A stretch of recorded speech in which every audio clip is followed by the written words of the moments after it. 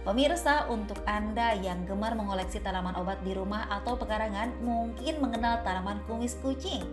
Bukan tumbuh dari kucing betulan ya pemirsa, namun karena bagian bunganya yang merumbai, menyerupai kumis Simeon kesayangan kita.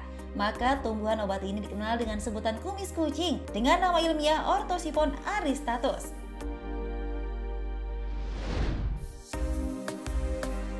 Tanaman kumis kucing adalah tanaman obat asli Indonesia yang termasuk dalam famili Lamiaceae dengan ciri batang basah dan tegak. Di berbagai wilayah, tanaman berbunga putih ini memiliki nama berbeda, yaitu remujung di Jawa Tengah dan Jawa Timur, songot koceng di Madura, dan giri-giri marah di Sumatera. Oleh masyarakat tanah air, daun tanaman ini telah digunakan sebagai obat sejak zaman nenek moyang untuk meringankan berbagai keluhan penyakit.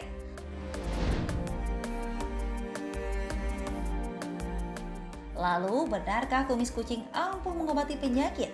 Kandungan apa yang terdapat dalam si kumis kucing ini? Dan bagaimana cara mengolahnya dengan tepat? Bersama dokter di studio Hidup Sehat akan mengupasnya untuk Anda sesaat lagi.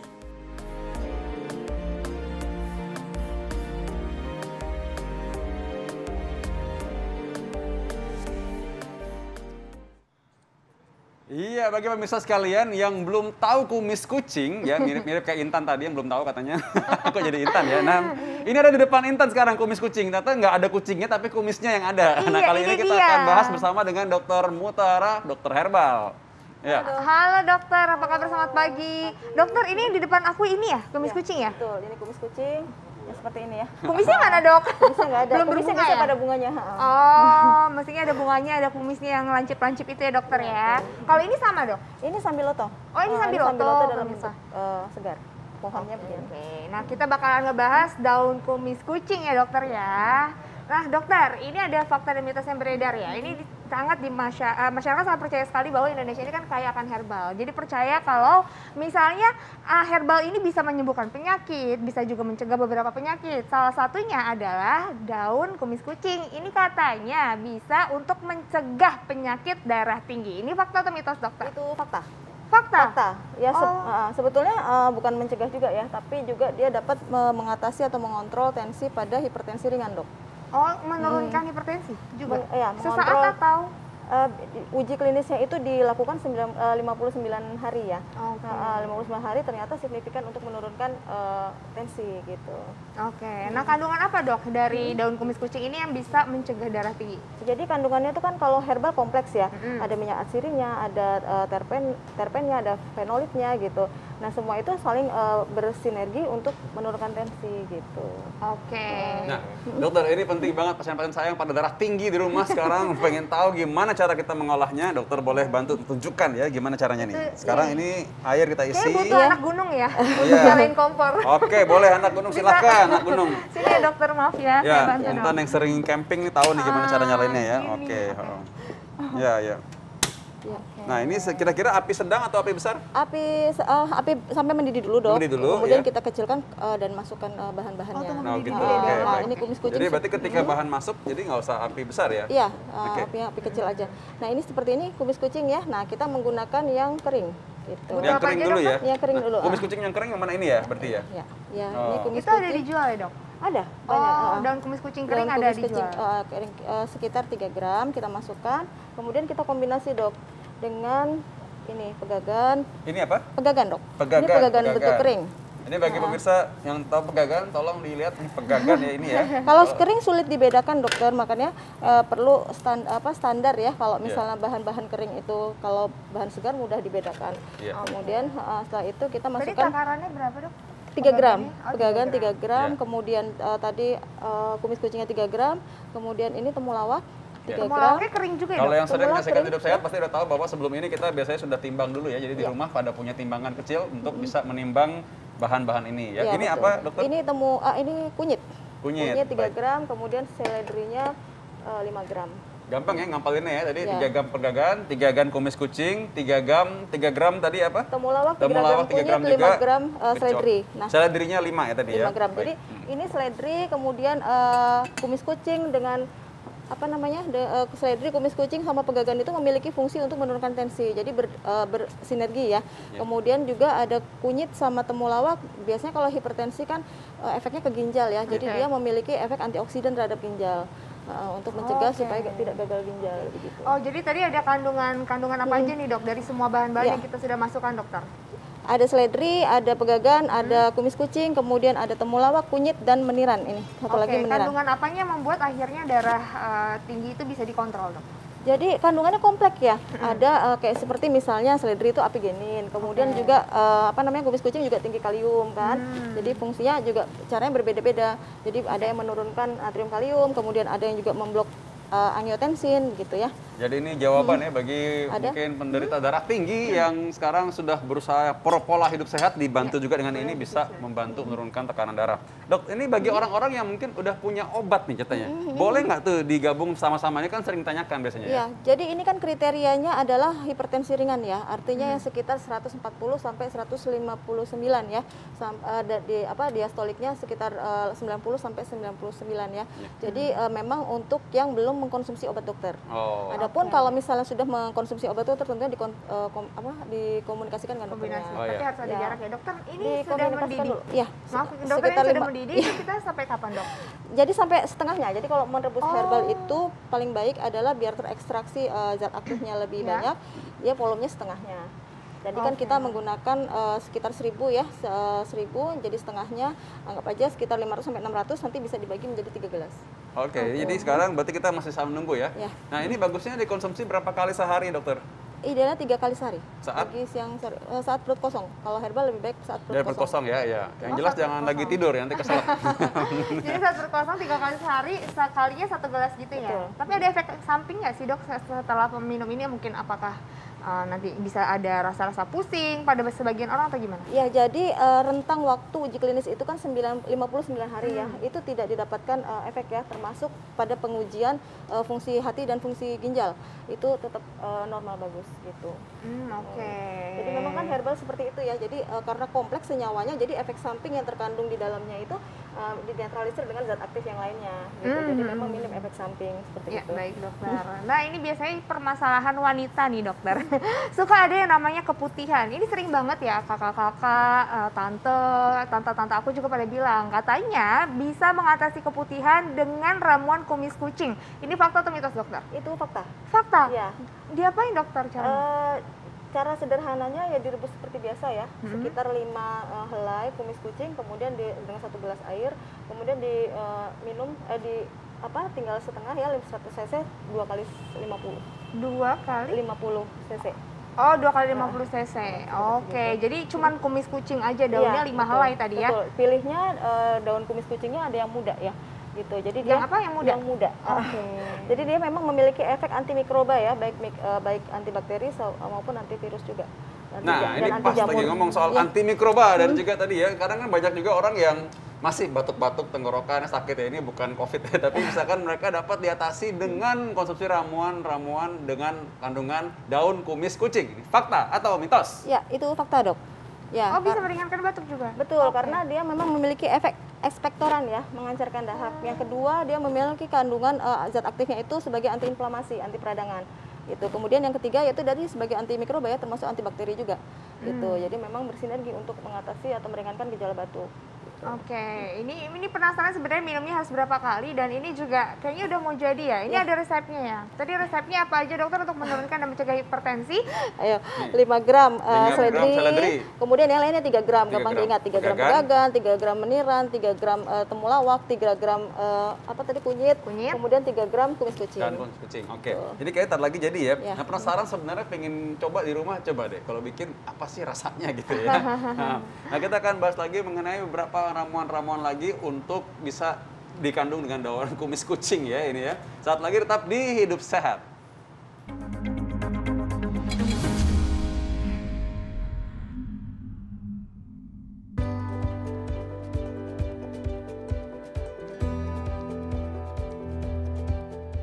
Sebelum adanya ilmu medis yang semakin hari semakin berkembang pesat, ternyata pengobatan kesehatan diawali dengan meracik ramuan herbal atau jamu.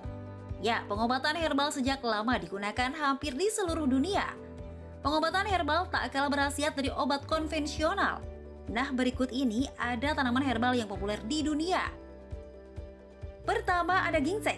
Tumbuhan herbal sejak berabad lalu dipercaya menjadi obat hebat andalan di beberapa negara Asia hingga Amerika. Jenis ginseng populer salah satunya adalah Panax ginseng dan Panax quinquefolius. Kedua ginseng asal Tiongkok dan Amerika ini bisa dimanfaatkan untuk mengurangi peradangan, meningkatkan energi hingga kekebalan tubuh. Ginseng bisa disajikan dengan merendam di dalam minuman hangat seperti teh. Selanjutnya adalah ginkgo biloba. Tanaman yang memiliki daun berwarna hijau ini berasal dari pohon maidenhair. Ya, ginkgo sejak ribuan tahun lalu sudah dimanfaatkan sebagai pengobatan herbal di Tiongkok. Bahkan ginkgo hingga kini dijadikan sebagai suplemen yang banyak diburu oleh masyarakat Tiongkok loh pemirsa. Umumnya, orang menggunakan ginkgo di bagian daunnya. Tanaman herbal ini dipercaya memiliki kandungan antioksidan yang tinggi, sehingga dimanfaatkan untuk penyakit jantung, demensia, kesulitan mental, dan disfungsi seksual. Lalu ada pula rempah kunyit. Kunyit sejak lama dimanfaatkan sebagai rempah makanan. Namun kini kandungan kurkumin dalam kunyit memiliki antiinflamasi yang manjur sehingga dimanfaatkan sebagai ramuan herbal. Ya, ramuan herbal atau jamu seringkali memanfaatkan kunyit sebagai salah satu bahan dasar. Kandungan lain dari kunyit yaitu antimikroba dan imunomodulator sangat baik untuk menangkal virus. Dengan rutin mengkonsumsi ramuan kunyit dipercaya bisa mengatasi gejala pilek hingga peradangan kronis. Terakhir ada jahe.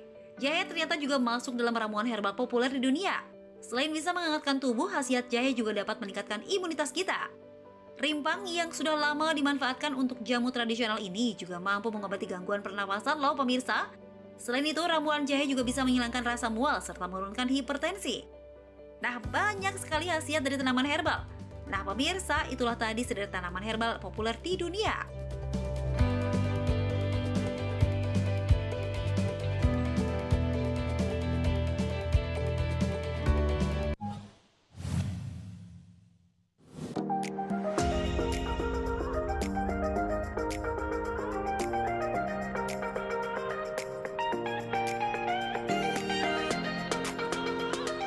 Pemirsa, jadikan bertanam salah satu kegiatan harian Anda saat di rumah. Selain bisa mengisi waktu luang, berkebun bisa sekaligus meredam rasa stres Anda usai bekerja. Selain bunga, Anda juga bisa menanam jenis tanaman obat. Selain mempercantik pekarangan, serta bisa menjadi obat di kala darurat.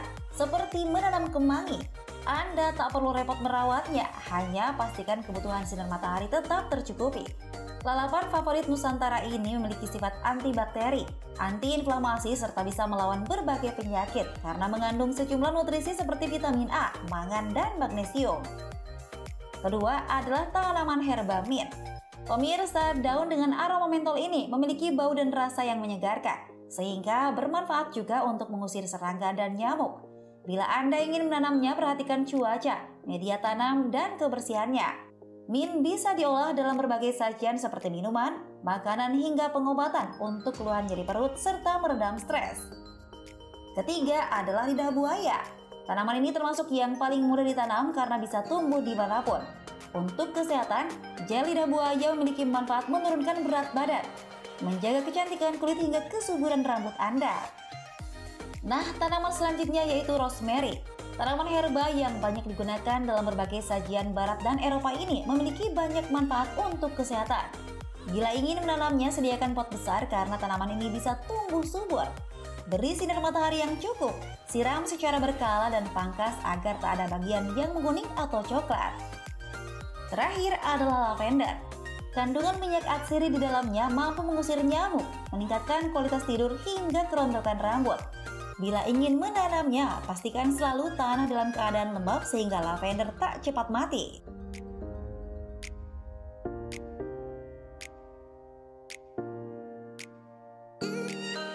Iya pemirsa, itulah dia tadi ya beberapa tanaman herbal yang bisa kita tanam sendiri di rumah. Enak banget ya dokter ya. Yes. Tadi ada yang cantik banget lavender, jadi bisa ditanam di rumah, bisa langsung dipetik, bisa dapetin manfaatnya dok ya. Enak banget kalau Untungnya itu. Indonesia banyak banget tanaman herbal dan kita untungnya hari ini kita bahas salah satunya untuk ramuan hipertensi kali ini ya, darah Ya. tinggi. Tadi udah jadi nih, coba tunjukkan dulu dokter ini mungkin ya supaya orang tahu dulu ya hasilnya seperti ini ya. Nah ini memang kalau dilihat dia agak pekat tapi warnanya lebih terang juga. Ya ini baunya nggak terlalu kecium karena pakai masker. Nah, tapi baunya sih kalau mirip-mirip teh sebenarnya ya, mirip-mirip teh. Ya, daun makanya teh. dikenal dengan Java tea, Dok. Jadi orang Eropa, orang India itu biasa mengkonsumsi kumis kucing ini di herbal tea namanya, malah dikenal dengan nama Java tea. Jadi teh Jawa gitu ceritanya ya. Malah dia nggak tahu tuh kumis kucing. Mungkin kalau dibilang kumis kucing dia geli kali. Apa nih kok kumis kucing dimasak gitu kali ya. Oke, baik. Ini selanjutnya nih ada lagi nih apa Intan? Iya, ada fakta dan mitos berikutnya dokter. Ini katanya daun kumis kucing dapat mengurangi rasa nyeri, bisa menghilangkan peradangan, dan juga memelihara fungsi persendian. Ini fakta atau mitos, Dok? Ya, itu fakta. Fakta lagi? Ya. Oh, kenapa, Dok? Karena ada kandungan apanya? Ya, jadi kaitannya dengan antioksidan ya. Antioksidan untuk mencegah supaya tidak terjadi keluhan yang tadi. Kemudian juga sebagai ada antiinflamasinya juga. Jadi untuk dan anti analgesik juga. Jadi mengurangi rasa nyeri gitu. Oke, bisa mengurangi rasa nyeri juga. Nah. Nah, dokter, kita bikin aja ya, Dokter Vito ya, Boleh ramuannya. dibikin ya. Mungkin ya bagi banyak di rumah yang tadi banyak pasienku ya ngomong tuh mereka asam urat katanya. Iya. Nah, kita bikin asam urat gimana? Boleh, baik. oke. Sebenarnya asam urat Jangan bikin asam urat, bikin iya, bagaimana bukan. ramuannya Ramuannya, supaya nggak ya. asam urat. Ramuan menurunkan asam urat, ya benar. Jangan asam urat yang dibikin. Ya. Gimana, dokter? Oke. Ya, Jadi ini membantu menurunkan asam urat ya. Walaupun katanya kalau dibilang daun-daun hijau katanya bikin asam urat, tapi Ya. kali ini enggak justru. Enggak Ini ya, karena oke. itu kita coba bikin bagaimana membantu menurunkan kadar asam urat ya. Ya. Ya, Oke. dokter. Kita Apa lihat itu, dulu. dokter? Bahan? Jadi yang dibutuhkan yaitu 1 gelas air saja, sekitar 250 ml ya. Oh, lebih sedikit dari tadi ya? Betul. Nah, kemudian kita masukkan 5 lembar saja daun kumis kucing yang Oke. segar gitu ya. Ini 5 lembar daun kumis kucing. kita pilih yang masih muda karena apa? Kan kalau kita asam urat itu untuk preventifnya adalah butuh diuretik ya. Pelancar seni ya, pelancar buang air kecil itu kandungannya lebih tinggi pada daun yang muda. Oh, justru Gitu. malah lebih tinggi pada daun yang muda ya, Dok? Ya? Betul, ada diuretiknya lebih kuat pada daun yang muda. Oh, jadi nggak ada tambahan apa-apa, Dok? Cuma Ya, daun cukup aja? ini saja Oh, berarti dibuat. sama dengan ramuan kalau untuk menghilangkan keputihan tadi ya? Keputihan tadi, Oh, terus ini kemudian gampang juga banget batuk. tuh kalau gitu ya. Orang bisa tahu ya. Tadi pikir udah pakai berapa, udah pakai siap kalkulator. Nih. Ternyata enggak ya. Nah, Ternyata bagi cuma juga itu pemirsa aja. di rumah ingat juga ya bahwa jangan mendiagnosis sendiri asam urat. Anda harus tahu dulu, cek dulu asam uratnya berapa. Nggak semua pegal-pegal itu asam urat ya. Betul, betul. Ya, Jadi nggak oke. semua pegal-pegal itu asam urat Iya ya? dong, iya. Jangan jadi dokter untuk diri sendiri. Iya. Nah, ini sekarang kalau kita lihat ini sekarang kita tunggu berapa lama kira-kira? Jadi sekitar 15 menit ya, sampai volumenya setengahnya. Oh, sampai Gitu, setengahnya, sampai dokter, setengahnya sama ya. berarti ya? Nanti kita bagi 2 dosis, nanti jadi sehari dikonsumsi 2 kali. Oke. Gitu. Jadi setengahnya ya, Ya, 50 cukupnya cc, 50 cc. Mm. Nah, dokter untuk yang mengkonsumsi, ini ada pantangan khusus nggak, Dok? Atau boleh sama semuanya? Kalau untuk pantangan khusus untuk dosis terapi ya, itu memang tidak disarankan pada penderita-penderita pada ibu hamil dan ibu menyusui gitu. Oh, ibu hamil dan menyusui nggak boleh? Kenapa, Nggak boleh. Dok? Karena memang segala sesuatunya tuh tidak ada yang 100% aman ya, Iya. untuk ibu hamil maupun menyusui. Oke. Jadi memang untuk lebih amannya tidak dikonsumsi pada ibu hamil dan menyusui gitu. Tapi kalau misalnya hanya untuk misalnya sebagai bumbu tapi nggak ada bumbunya ya. Kalau untuk dosis terapi itu tadi nggak disarankan. Oke. Nah, ini kalau orang yang asam uratnya berlebih ya. Nah, ini kira-kira berapa kali konsumsinya? Cukup 2 kali sehari. 2 kali sehari ya. Pagi sore sebelum makan. Nah, biasanya berapa lama? Misalkan sampai ada hasilnya lah gitu kan. Sampai ada hasilnya, semua itu tergantung dari metabolisme masing-masing ya. Tapi umumnya sekitar 1 sampai 3 bulan. 1 Karena sampai 3 memang bulan secara herbal rutin itu setiap hari? betul, herbal itu kan tidak instan ya efeknya begitu. Asam urat ini kan ada yang orang asam uratnya naik, tapi tidak sampai membuat nyeri gitu. Nah, ada juga yang udah nyeri. Nah, ini dua-duanya boleh. Boleh, kalau untuk yang tadi dengan nyerinya kan, Iya. karena nanti bisa diatasi dengan antiinflamasi dan analgesiknya itu. Iya. Jadi untuk mengurangi keluhan nyerinya. Oh, gitu. jadi bisa mengurangi keluhan nyeri Boleh, pada orang yang iya. asam urat juga, dan Betul. bahkan yang kalau belum nyeri juga boleh juga ya, Boleh menurunkan juga asam urat ya? juga. Betul. Oh, kalau belum nyeri juga boleh setiap hari, Dok ya? Boleh. Nah, dokter, ini kalau misalnya ada yang mengkonsumsi obat medisnya untuk asam urat ini, adakah harus jeda, Dok, waktu untuk mengkonsumsi obat dengan konsumsi ramuan ini? Iya, jadi herbal dengan obat kimia itu memang harus dijeda ya, agar tidak terjadi interaksi, baik interaksi yang misalnya saling bertentangan ataupun interaksi yang menaikkan efek terapi gitu. Jadi memang harus dijeda baiknya sekitar 2 sampai 3 jam. 2 sampai 3 jam. Apa dulu sih, Dok, biasanya herbalnya dulu ya? Ya, herbal dulu biasanya. Oke. Karena biasanya herbal-herbal tertentu misalnya nggak punya efek pada lambung, baiknya memang dikonsumsi sebelum makan karena efek penyerapannya lebih baik gitu. Nah, ini banyak ibu-ibu yang lagi gosipin, bukan gosipin, lagi ngebahas maksudnya, ngomongin daun kumis kucing ya. Ini katanya daun kumis kucing ini dapat mencegah infeksi saluran kemih. Ya. Ini fakta atau mitos? Itu fakta, Dok. Memang secara empirik, baik di luar negeri maupun di Indonesia ya, memang sudah dikenal untuk mengatasi gangguan saluran perkemihan. Dari mulai radang ginjal, kemudian infeksi sampai ke kandung kemih gitu.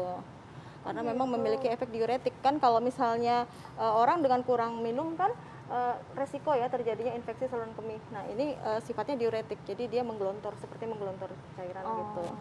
Tapi ada efek kayak jadi sering ke belakang Iya, terus nggak, Dok? iya betul, karena kan sifatnya diuretik. Yang pertama itu, yang kedua dia memiliki efek sebagai antibakteri gitu. Jadi dapat digunakan untuk mengatasi infeksi saluran perkemihan. Oke, baik. Ini kalau misalkan kita lihat ya, ini sebenarnya kita bisa lihat ya kalau misalkan ini panas nggak? Enggak. Oke, Nggak ya. kita Panas tuang nggak? aja dokter. Mau dituang. Iya.